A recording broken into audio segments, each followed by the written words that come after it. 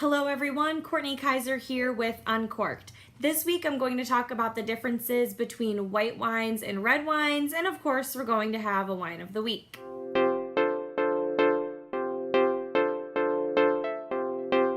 Okay, so before we get started, I hope you went out and voted today, practiced your right, and voted for whoever you so choose. I just hope you voted. Anyway, if you haven't voted yet, go vote. So I want to talk a little bit about the difference between white wines and red wines. So I'm sure the differences start even in the vineyard, but since we don't have a vineyard, I'm going to start with the differences while you're making the wine. So white wines are typically made without the grape skin on the juice as it's fermenting.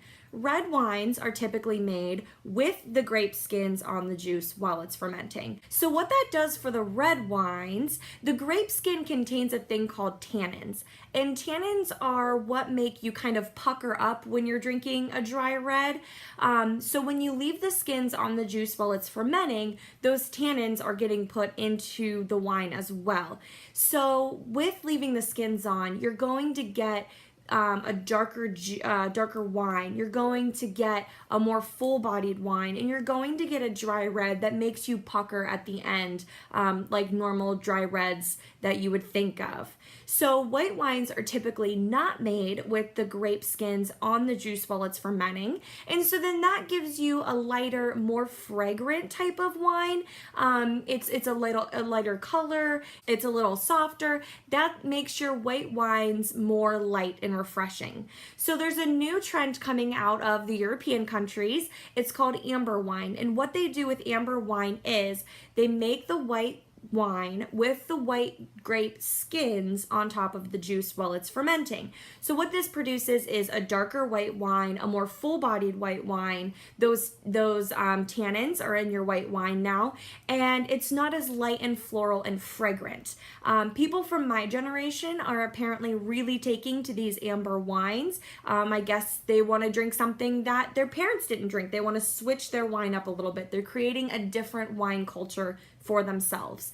So if you see a darker white wine, it's a possibility that it's an amber wine. And remember, it's going to be a more full-bodied wine. I'm not sure if there's any wineries in America that are currently making amber wine, but if you find one, definitely check it out. It's going to be a very unique tasting wine. So speaking of taste, when you're tasting a red wine that your skins have been sitting on the juice while it's fermenting, you're going to get a more full-bodied taste. You're going to get those peppery notes, those leathery notes, those tobacco tones that you normally get out of a thick, dry red wine.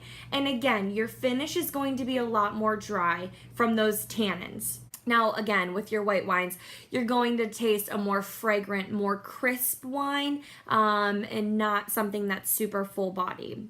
So that being said, that's just kind of a quick tidbit on the differences between white wine and red wine, and kind of why their flavors are different, I guess. So now we're going to go ahead and move on to wine of the week. And I've been focusing a lot on sweeter wines, so I really wanted to focus on actually my favorite wine that we sell at Schoolhouse Winery. So this is a Schoolhouse Winery Building 6 wine. This is Rustling Hills White. It is a Delaware Niagara blend. It's very good. It's mostly Delaware. It's very light and crisp and refreshing. It's very floral. So when I drink this wine, I get a lot of apricot notes out of it. I get a lot of honeydew melon. Again, I get a lot of floral notes out of it as well. It's perfect for summer. It's perfect for a wine party. And if you are cooking with a white sauce or fish or chicken, this goes great with that. Yummy. I've even had this with bread pudding. It's really great with bread pudding. So, Rustling Hills White, if you're looking for a new summer wine, summer's coming soon, so check it out. Anyway, that's it for Uncorked this week. Check back next week.